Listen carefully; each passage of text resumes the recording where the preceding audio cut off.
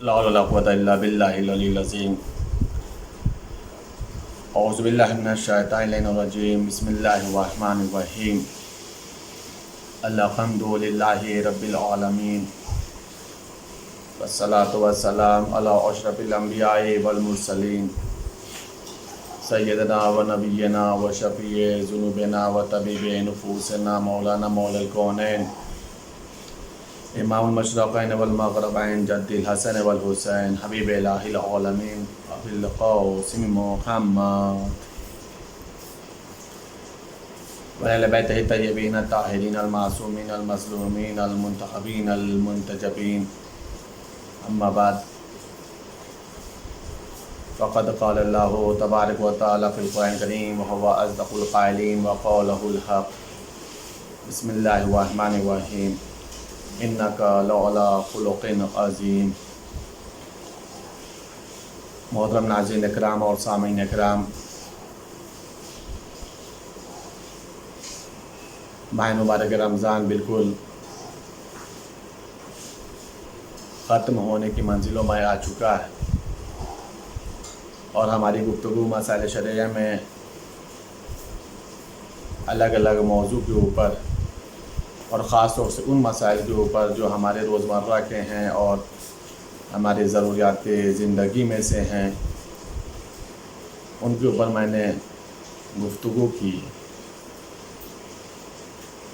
آج رمضان مبارک کا آخری جمعہ ہے۔ آج کا جمعہ یوم القدس ہے۔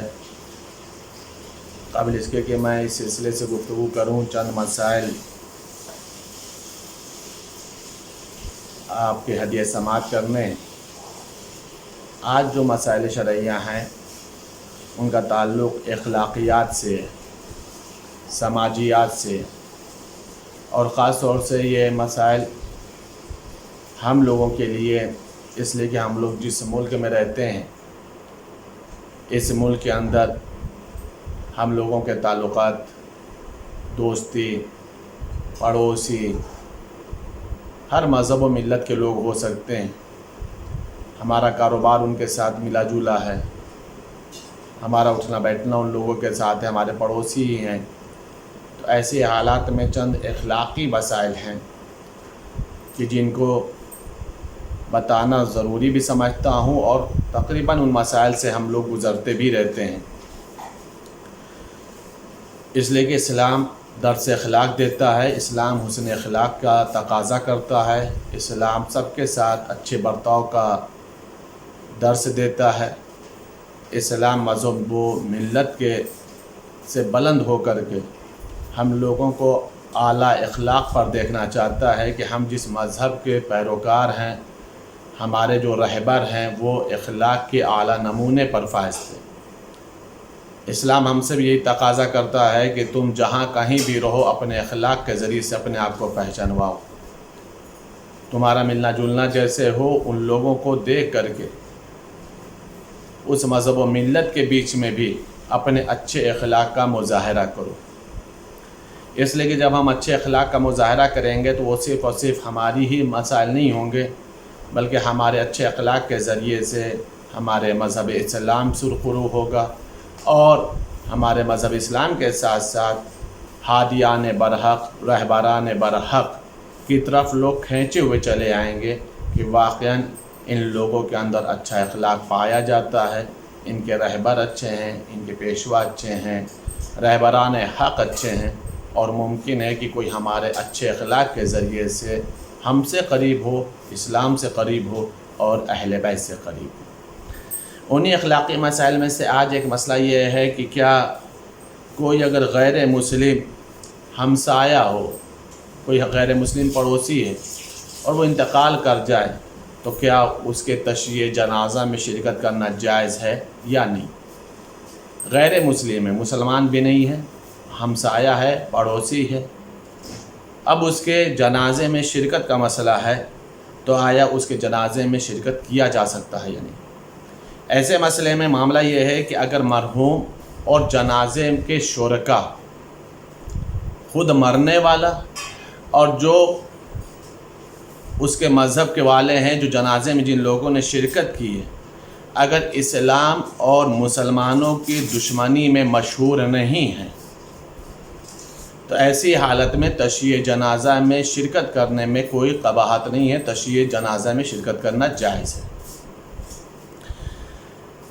لیکن مسئلہ یہ ہے کہ اگر تشییع جنازہ میں شرکت کر رہے ہیں تو آگے آگے نہ چلیں بلکہ جنازے کے پیچھے رہیں۔ آپ یہ دیکھیں کہ اس ایک مسئلے میں کئی مسائل ہیں۔ پہلا مسئلہ تو یہ ہے کہ آپ اس بات کی فیلنگ نہ پیدا کرنے دیں کہ وہ غیر مسلم ہے، ہم اس کے جنازے میں کیوں جائیں۔ اگر پڑوسی ہے، اسلام کا دشمن نہیں ہے، مسلمان کا دشمن نہیں ہے، حق کا دشمن نہیں ہے، تو اس کے جنازے میں شرکت کیا جا سکتا ہے، جائز ہے، کوئی حرج نہیں ہے۔ بس یہ ہے کہ اس کے جنازے میں پیچھے پیچھے رہا جائے، جنازے کے آگے آگے نہ رہا جائے۔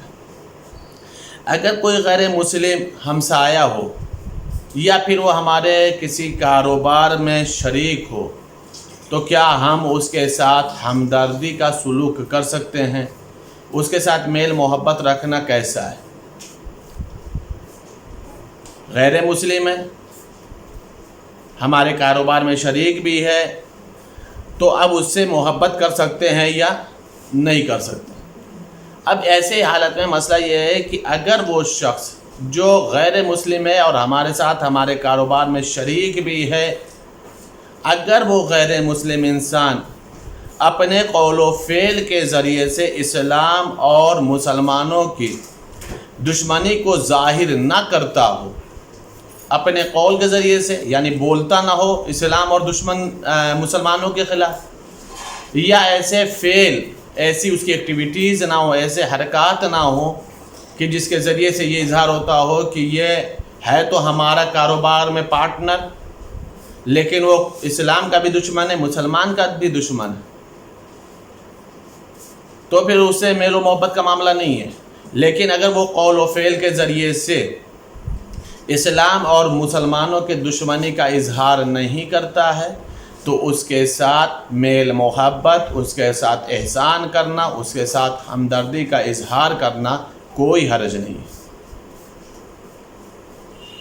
اگر وہ قول و فعل کے ذریعے سے ایسا نہیں کرتا ہے۔ تیسرا مسئلہ یہ بھی ہے، سماجیات کا یہ بھی تعلق ہے، اور یہ مسائل تو خاص انڈیا کے اندر بہت ہی زیادہ ہے کہ کیا گزشتہ ادیان یا پھر دوسرے کافر افراد کو اگر وہ ہماری مسجد میں آنا چاہیں یا دیگر ہمارے عبادت خانوں میں آنا چاہیں تو آیا ان کا آنا جائز ہے یا ناجائز ہے؟ دیگر عبادت خانہ کا مطلب کیا؟ عزا خانے ہیں، حسینیہ، امام بارگاہ ہیں وغیرہ، یا پھر مساجد کے اندر جو گزشتہ ادیان والے ہیں یا دوسرے کافر افراد ہیں وہ مساجدوں میں یا دیگر ہمارے دوسرے عبادت خانوں میں ان کا آنا، ان کا داخل ہونا جائز ہے یا نہیں جائز ہے؟ پہلا مسئلہ۔ اور دوسرا مسئلہ یہ ہے کہ اگر ان کے یہاں کی خواتین آ رہی ہیں تو کیا ان کے اوپر پردہ ڈالنا ہمارے اوپر واجب ہے؟ یعنی ہم ان کے سر پہ چادر ڈالیں، ہم ان کو حجاب کی تلقین کریں کہ آپ بغیر حجاب کے ہمارے عبادت خانوں میں نہ آئیں؟ میں نے ابھی عرض کیا کہ یہ مسئلہ انڈیا میں بہت زیادہ ہے۔ ایسی حالت کافرین کا مسجد میں آنا جائز نہیں ہے۔ اگر کوئی انسان احتیاط کی بنیاد پر کافر ہے تو اس کا مسجد میں آنا جائز نہیں ہے، لیکن دیگر عبادت خانوں میں آنے میں کوئی حرج نہیں ہے، دیگر عبادت خانوں میں آ سکتے ہیں۔ اب جہاں تک مسئلہ یہ کہ ان کی خواتین کو پردہ کرایا جائے یا نہ کرایا جائے، اگر ہمارے عبادت خانوں کی حتک اور حرمت کا مسئلہ ہے، یعنی ان کے بے پردہ آنے سے ہمارے عبادت خانوں کی توہین ہوتی ہے تو پھر ان کو پردہ کرانا ضروری ہے، اور اگر ان کے آنے سے ہمارے عبادت خانوں کی توہین نہیں ہوتی ہے تو کوئی مذائقہ نہیں ہے۔ چوتھا مسئلہ اسی سماجیات کے سلسلے سے، یعنی یہ جو میں مسائل کو بیان کر رہا ہوں یہ چونکہ روزمرہ کے مسائل ہیں، جب عزا خانے مجلسیں ہوتی ہیں تو دوسرے افراد آتے ہیں، یہ سوال اٹھتا ہے کہ ان کا آنا جائز ہے کہ نہیں جائز ہے۔ مسجد میں ان کا آنا جائز نہیں ہے، دوسرے عبادت خانوں میں ان کے آنے میں کوئی حرج نہیں ہے، وہ آ سکتے ہیں۔ اسی طریقے سے کافرین کے ساتھ میل جول کا معاملہ بھی ہے، کاروبار کے میں شرکت کا بھی معاملہ ہے، یا کافر کے نماز جنازہ تشییع جنازہ کا مسئلہ ہے کہ اگر کوئی کافر مر گیا تو اس کے جنازے میں شرکت کرا جائے یا نہ کیا جائے۔ اسی طریقے سے سماجیات کے مسائل میں ایک مسئلہ یہ بھی آتا ہے کہ کیا دوسرے افراد کو صدقہ دیا جا سکتا ہے یا نہیں دیا جا سکتا۔ جو شخص کافر ہے، فقیر ہے، فقرا ہے، آیا اس کو صدقہ دیا جا سکتا ہے یا نہیں دیا جا سکتا؟ اور اگر کافر یا کسی ایسے فقیر کو، ایسے فقرا کو اگر صدقہ دیا جائے تو آیا ہم ثواب کے مستحق قرار پائیں گے یا نہیں قرار پائیں گے؟ اجر ملے گا یا نہیں ملے گا؟ جو شخص حق اور اہل حق سے دشمنی نہ رکھتا ہو، جو بھی شخص حق اور اہل حق سے دشمنی نہ رکھتا ہو، اس کو صدقہ دینے میں کوئی حرج نہیں ہے،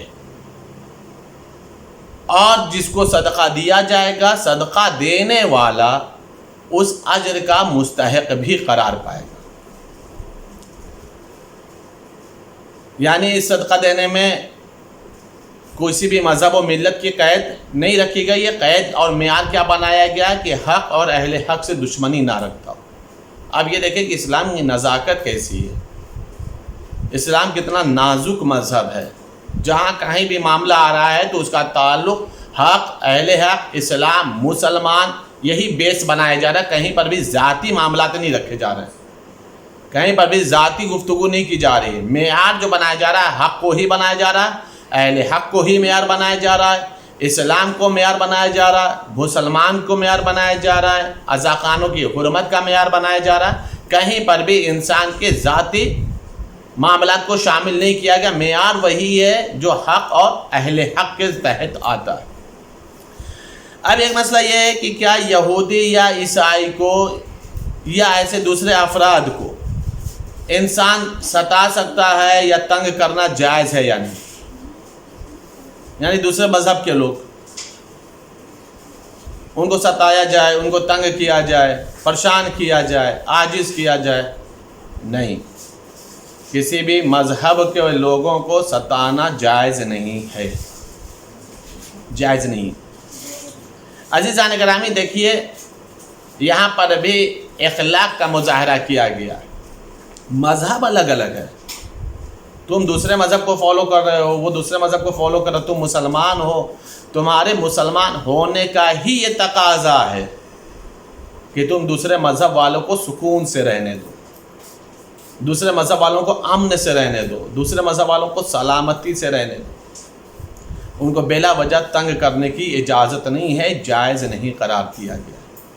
تو یہ جو گفتگو تھی، یہ جو مسائل تھے، یہ خاص طور سے اپنے ہندوستان کے اندر، انڈیا کے اندر ان مسائل سے تقریباً سبھی لوگ گزرتے رہتے ہیں کہ اب ایسی حالت میں انسان کرے تو کیا کرے۔ یہ سماجیات کے مسائل ہیں، یہ ہمارے رہنے سہنے کے مسائل ہیں، یہ ہمارے پڑوسیوں کے سلسلے سے مسائل ہیں، یہ ہمارے اخلاق کا تقاضا کہ ہم کسی کو پریشان نہیں کر سکتے، پریشان کرنا جائز نہیں ہے۔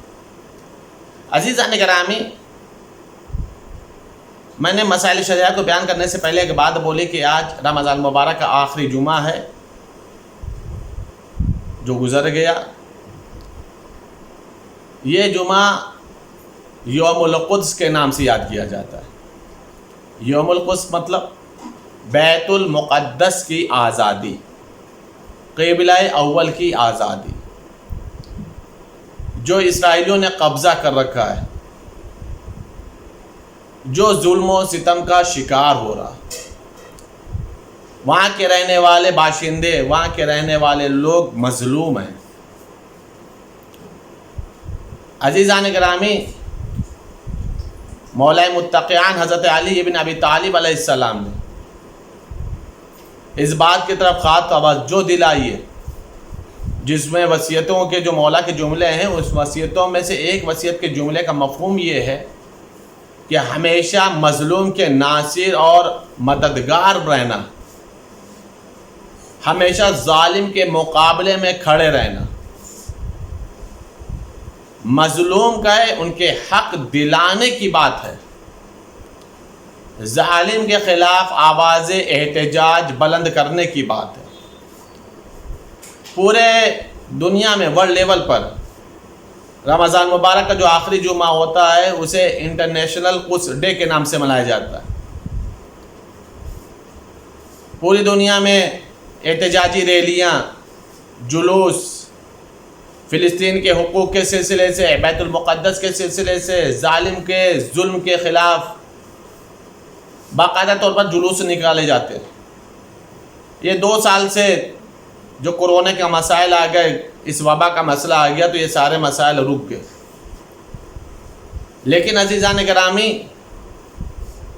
ظلم کے خلاف انسان جہاں کہیں پر بھی ہو، جس حالت میں بھی ہو، اسے ہمیشہ آواز بلند کرنا چاہیے۔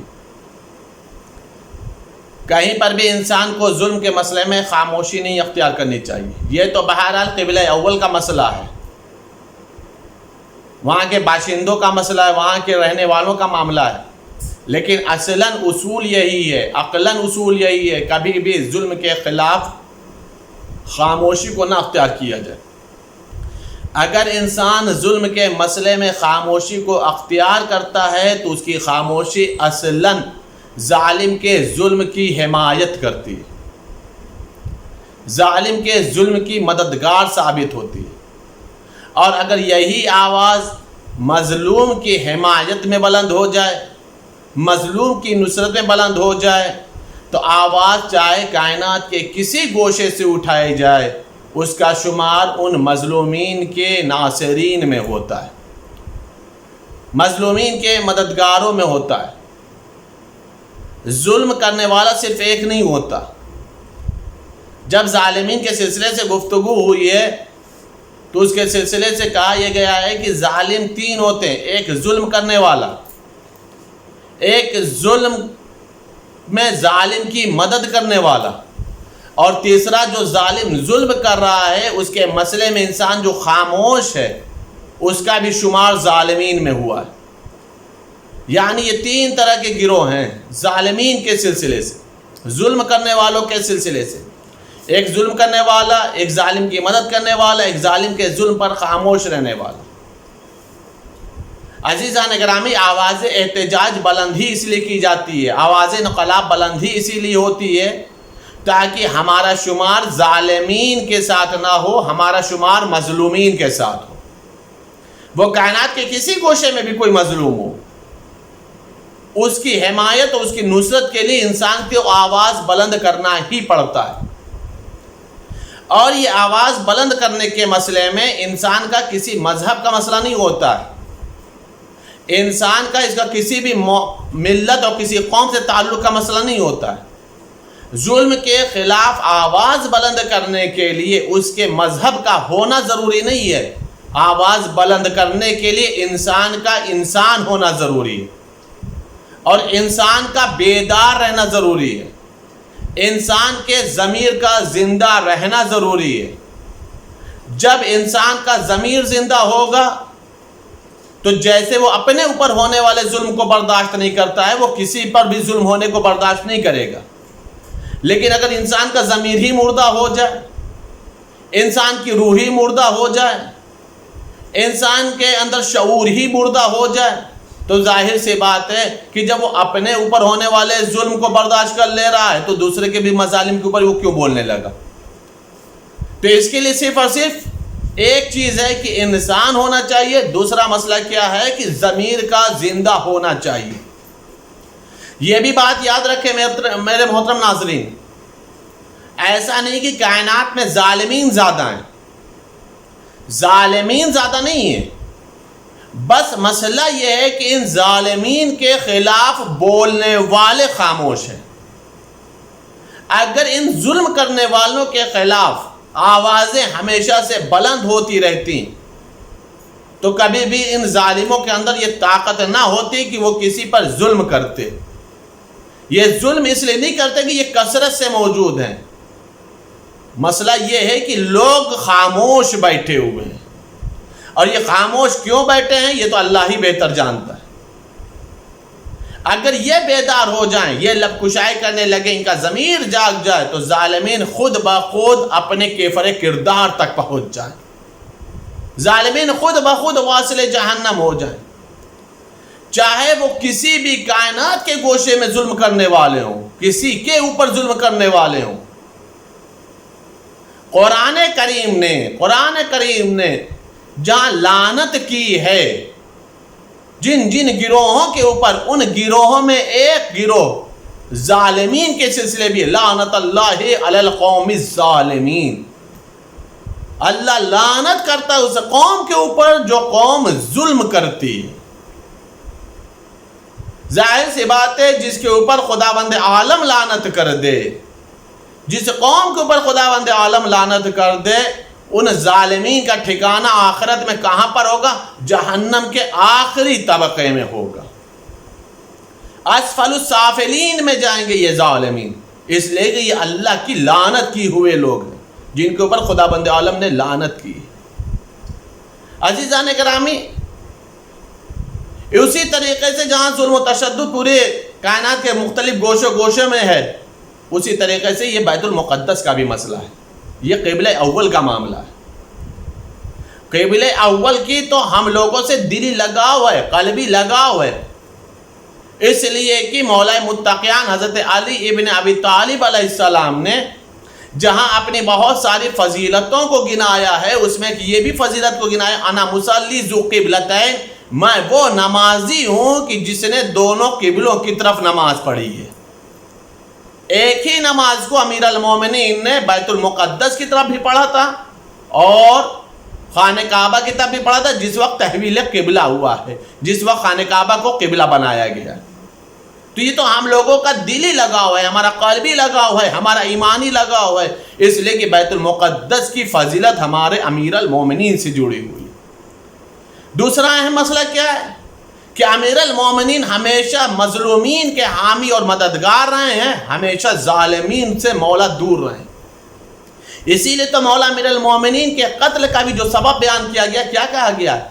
امیر المومنین صرف اور صرف اس لیے قتل کر دیے گئے ہیں چونکہ امیر المومنین عدل کرتے تھے۔ اگر علی عدل نہ کرتے ہوتے، حکومت عدل کا مسئلہ نہ ہوتا، اگر لوگوں میں علی عدل نہ قائم کرتے ہوتے تو علی قتل نہ کیے جاتے۔ عزیزان گرامی، کائنات کے تمام حکمرانوں میں اور امیر المومنین میں ایک بنیادی فرق یہ ہے کہ کائنات کے بہت سارے حکمران قتل کیے جاتے ہیں اپنے ظلم و جور و تشدد کی بنیاد پر، امیر المومنین درجہ شہادت پر فائز ہوئے ہیں اپنے عدل کی بنیاد کے اوپر۔ عزیزان گرامی، اسی لیے آج جو جمعہ کا روز گزرا، یہ روز جمعہ یوم القدس ہے، مظلومین کا دن ہے، جن کا حق چھینا گیا ان لوگوں کا دن ہے، بیت المقدس کی رہائی اور آزادی کا دن ہے۔ ہم امام زمانہ علیہ السلام کو ہی وسیلہ بناتے ہیں، اہل بیت کو وسیلہ بناتے ہیں۔ رمضان المبارک ہے، میرے معبود تو جلد سے جلد امام زمانہ علیہ السلام کے ظہور میں تعجیل فرما تاکہ مولا امام زمانہ علیہ السلام کائنات میں حکومت عدل کو قائم کر سکیں، حکومت علی کو قائم کریں اور کائنات کے تمام ظالمین کو نیست و نابود فرمائیں۔ ہم سب کا شمار امام زمانہ علیہ السلام کے ناصرین میں، مولا کے اعوان و انصار میں ہو۔ ہم سب کی نماز، روزہ، دعا و عبادتوں کو میرے معبود تو قبول فرما۔ میرے معبود جتنے بھی بیمار ہیں ان سب کو شفاء کلی اور صحت کامل عطا فرما۔ میرے معبود جتنے بھی اس وبائی مرض میں مبتلا ہیں ان سب کو صحت کامل عطا فرما۔ میرے معبود تجھے واسطہ ہے محمد و آل محمد کا، ہم سب کی دنیاوی اخروی تمام حاجتوں کو شرف قبولیت عطا فرما۔ میرے معبود جن مومنین اور مومنات نے خاص دعا کی طرف بولا ہے، میرے گزارش کی ان تمام مومن اور مومنات کی تمام دنیاوی اخروی دعاؤں کو قبول فرما۔ میرے معبود جو بے اولاد ان سب کو صاحب اولاد بنا، جو صاحبان اولاد ان کی اولادوں کی حفاظت فرما۔ ہم سب کو دامن قرآن، دامن اہل بیت، ولایت اہل بیت سے متمسک رکھ۔ میرے معبود تجھے واسطہ ہے محمد و آل محمد کا، ہم سب کی رمضان مبارک کی تمام دعاؤں کو، عبادتوں کو، تسبیحات کو، تلاوت قرآن کو قبول فرما۔ میرے معبود تجھے واسطہ ہے محمد و آل محمد کا، امام زمانہ کے ظہور میں تعجیل فرما، ہم سب کو مولا کے مددگار میں شمار فرما۔ اللہم تقبل منا انک انت السمیع العلیم بحق محمد و آلہ الطاہرین۔ بسم اللہ الرحمن الرحیم۔ اللهم إني أفتتح الثناء بحمدك وأنت مسدد للصواب بمنك وأيقنت أنك أنت أرحم الراحمين في موضع العفو والرحمة وأشد المعاقبين في موضع النكال والنقمة وأعظم المتجبرين في موضع الكبرياء والعظمة. اللهم أذنت لي في دعائك ومسألتك فاسمع يا سميع مدحتي وأجب يا رحيم دعوتي وأقل يا غفور أسرتي. فكم يا إلهي من كربة قد فرجتها وهموم قد كشفتها وأسرة قد أقلتها ورحمة قد نشرتها وحلقة بلاء قد فككتها. الحمد لله الذي لم يتخذ صاحبة ولا ولد ولم يكن له شريك في الملك ولم يكن له ولي من الذل وكبره تكبيرا. الحمد لله بجميع محامده كلها على جميع نعمه كلها.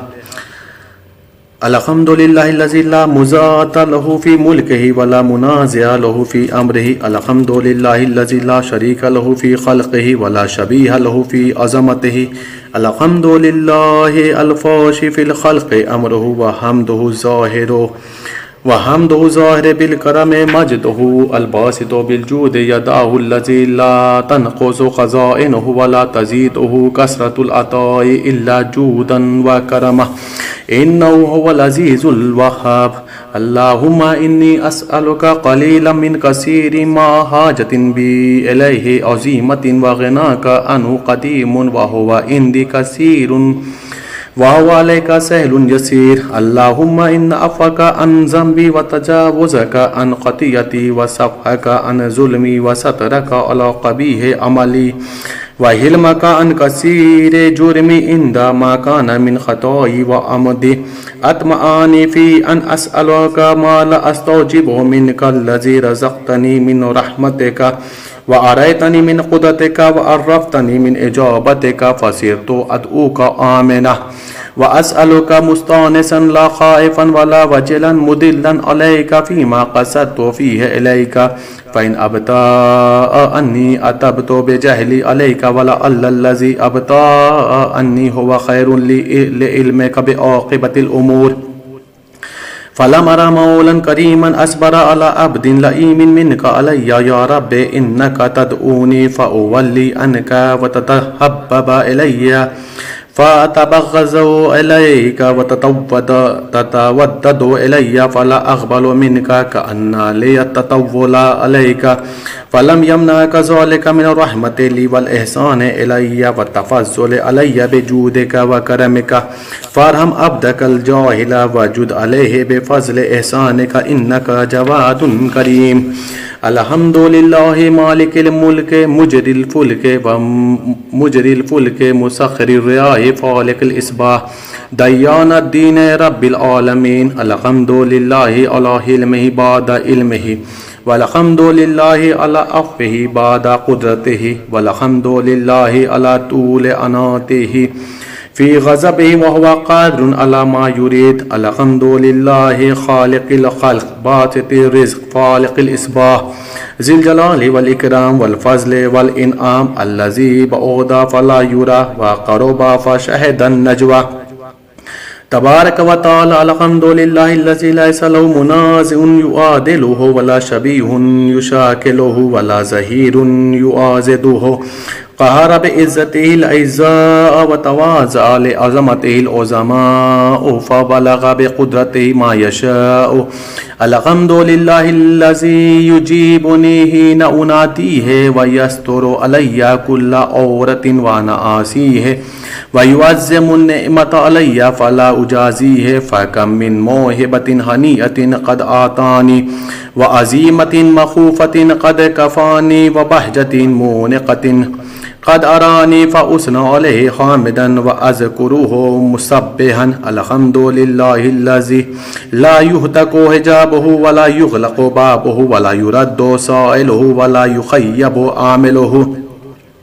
الحمد لله الذي يؤمن الخائفين وينجي الصالحين ويرفع المستضعفين ويزاء المستكبرين ويهلك ملوكا ويستخلف آخرين. والحمد لله قاسم الجبارين مبیر الظالمین مدرک الحاربین نکال الظالمین صریخ المستسرقین موضع حاجات الطالبین معتمد المؤمنین الحمد للہ الذی من خشیتہ ترعد السماء وسکانها وترجف الارض وامارها وتموج البحار ومن يسبح في غمراتها الحمد للہ الذی هدانا لهذا وما كنا لنهتدي لولا ان هدانا الله الحمد للہ الذی یخلق ولم یخلق ویرزق ولا یرزق ویطعم ولا یطعم ویمیت الاحیاء ویحیی الموت وهو حی لا یموت بیدہ الخیر وهو علی کل شیء قدیر اللہم صل علی محمد عبدک ورسولک وامینک وصفیک وحبیبک وخیرتک من خلقک وحافظ سرک ومبلغ رسالاتک افضل واحسن واجمل وأكمل وأزكى وأنمى وأطيب وأطهر وأسنى وأكثر ما صليت وباركت وترحمت وتحننت وسلمت على أحد من عبادك وأنبيائك ورسولك وصفوتك وأهل الكرامة عليك من خلقك اللهم وصل على علي أمير المؤمنين ووصي رسول رب العالمين عبدك ووليك وأخي رسولك وحجتك على خلقك آياتك الكبرى ونبائل العظیم وصل علی الصدیقة الطاہرہ فاطمة سیدة النساء العالمین وصل علی سبط الرحمة وامام الہدى الحسن والحسین سید شباب اہل الجنہ وصل علی ائمة المسلمین علی ابن الحسین ومحمد ابن علی وجعفر ابن محمد وموسى ابن جعفر وعلی ابن موسیٰ ومحمد ابن علی وعلی ابن محمد والحسن ابن علی والخلف الحادی المہدی حججک علی عبادک وامنائک فی بلادک صلاة کثیرة دائمہ اللہم وصل علی ولی امرک القائم المؤمل والعدل المنتظر وحفہ بملائکتک المقربین وأیدہ بروح القدوس یا رب العالمین اللہم اجعلوا الداعی الى کتابک والقائم بدینک استخلفہ فی الارض کما استخلفت الذین من قبلہ مکن لہ دینہ الذی ارتضیتہ لہ ابدلہ من بعد خوفه امنا یعبدک لا یشرک بک شیئا اللہم اعزہ وآزز بہ وانصرہ وانتصر بہ وانصرہ نصرا عزیزا وافتح فتحا یسیرا واجعل لہ من لدنک سلطانا نصیرا اللہم اظہر بہ دینک وسنت نبیک حتی لا یستخفی بشیء من الحق مخافۃ احد من الخلق اللہم انا نرغب الیک فی دولت کریمت تعز بها الاسلام واہلہ وتذل بها النفاق واہلہ وتجعلنا فیها من الدعاة الى طاعتك والقادة الى سبیلك وترزقنا بها کرامة الدنیا والآخرة اللہم ما عرفتنا من الحق فحملناه وما قصرنا عنه فبلغناه اللہم المم به شاسنا واشعب به صدعنا وارتق به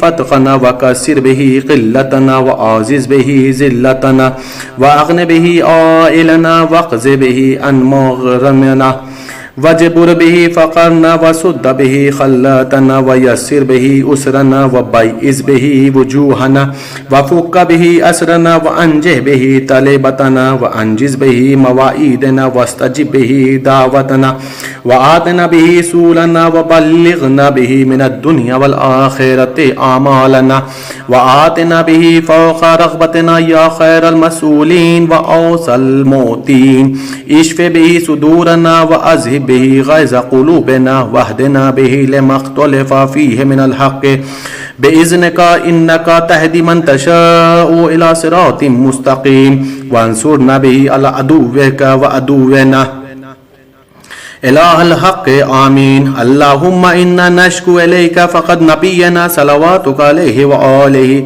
وغيبة ولينا وكثرة عدونا وقلة عددنا وشدة الفتن بنا وتظاهر الزمان علينا فصل على محمد وآله وإن على ذلك بفتح منك تؤجله وبزور تكشفه ونصر تعزه وسلطان حق تظهره ورحمة منك تجللناها وعافية منك تلبسونها برحمتك يا أرحم الراحمين.